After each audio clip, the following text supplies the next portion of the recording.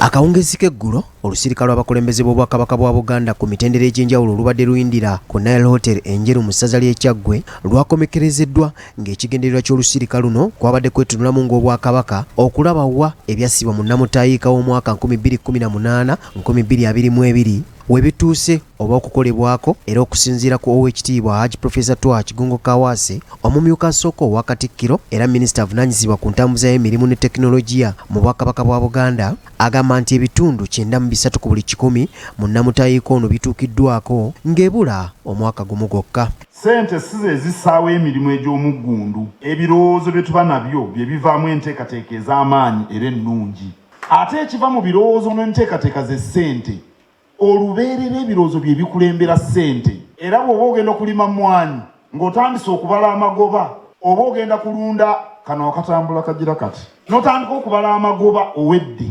ebirowoozo byonna biba mu kulabirira mu nnimiro eno singa omusana gwaka amazzi n'agajjawa obuwuka bwe bunajja n'akola ntya abakozi ngenda kubajjawa nga nnimye ennimiro nnene ebirowoozo birina kubeera awo ebirowoozo bye bikulembera ssente. Ng'aggalawo olusirika luno Kamalabyonna wa Buganda Charles Peter Mayiga asoose kutegeeza bano nti omuntu okutereeza emirimu gye alina okumanya nti okusaasaanya ensimbi tekyebeereka kubanga kyongera ku nzirukanya y'emirimu. Omuntu yenna ayagala okutereeza emirimu gye ateekwa okusaasaanya. Nammwe abakola emirimu egy'enjawulo oba ebintu byetaaga kulanga olina okugenda ku CBS oba BBS n'obiranga ezo ssente oba oyagala kusasula abakozi abakulimira mu mmwanyi omanya nti ennimiro egenze nnyina mukwano gwange bw'afuna ssente abakozi babanja bw'afuna ssente bw'ate alongoosa bizinesi ne mugamba nti abakozi ekitundu kya bizinesi ekisinga obukulu. Ow'omu mbuga akinoganyizza nti okukubaganya ebirowoozo kuno kugenda kuyamba nnyo okutereeza nnamutayiika ddako wakati mu kukyusa embeera z'abantu bannyinimu era nga ye yalagira enteekateeka zitambuliraawo. Kyentegeeza tulina okuba abayiiya muve mu by'okubalaata tulina okuba abayiiya mu mirimu. Bw'otaba muyiiya ebintu bikalubanya ebizibu bingi mu mbeera mwe tubeera. Obuyiiya naye mbubeebaza kubanga weebuli mbeebaza okukolera mu bwerufu ate era mbeebaza n'okukola n'okwagala. You must work with passion. Bw'oba toyagala kyokola era oteekwa okukoowa. Okoowa nnyo bikutama obeera weenyoolanyoola okwemonyongoza. Mukumanyi mu abeena ekyagwe obeera weemonyongoza.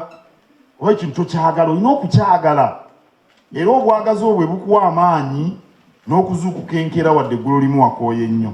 Basebo ne bannyabo tuli ku lugendo lwakuzza Buganda ku ntikko tulina kuba bamalirivu. Okumanya ebikwata ku bitongole mu Bwakabaka bwa Buganda y'entanda Kamalabyonna wa Buganda gyasibiridde abakulembeze bano ku mitendera egitali gimu bw'atyo era eno gyasinzidde n'abakubiriza okusosoowaza nnyo ebyaffe mu buli kimu kye bakola nga bazza mu bitundu gye babeera. Naye tetusobola kulwanirira bye tutamanyi badde mbagamba nti tulina okumanya ebifa mu mirimu gy'Obwakabaka. Awo nno mbakubiriza okugoberera byonna ebifa mu Buganda. Asabye abakulembeze bano okusosoowaza nnyo olulimi Oluganda ate baluwandiike bulungi okusobola okwongera okulutumbula mu bantu. Nziramu baga nti tusosoowaze Oluganda bulijjo mu bye tukola n'emirimu gyonna ne bye tuwandiika. Kyokka tufube okuluwandiika obulungi. Omanyi Oluganda empandiika ekyusa amakulu nalabye wano mu biwandiiko emmotoka enviri.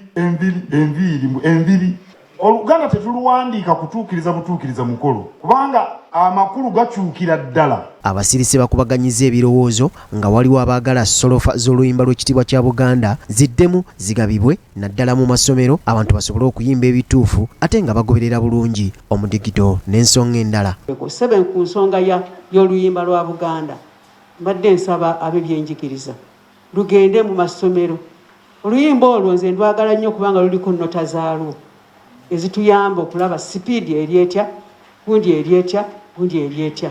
Sebo lugende bulungi mu masomero twongere okuyimiza n'abaamasaza tusaba eyo gye tubadde tuyimba nga tulinganga abeebase tuyongeremu amaanyi. Oluvannyuma abasirisi bafunyemu akaseera ak'okukola dduyiro wakati mu kukuuma emibiri gyabwe nga miramu.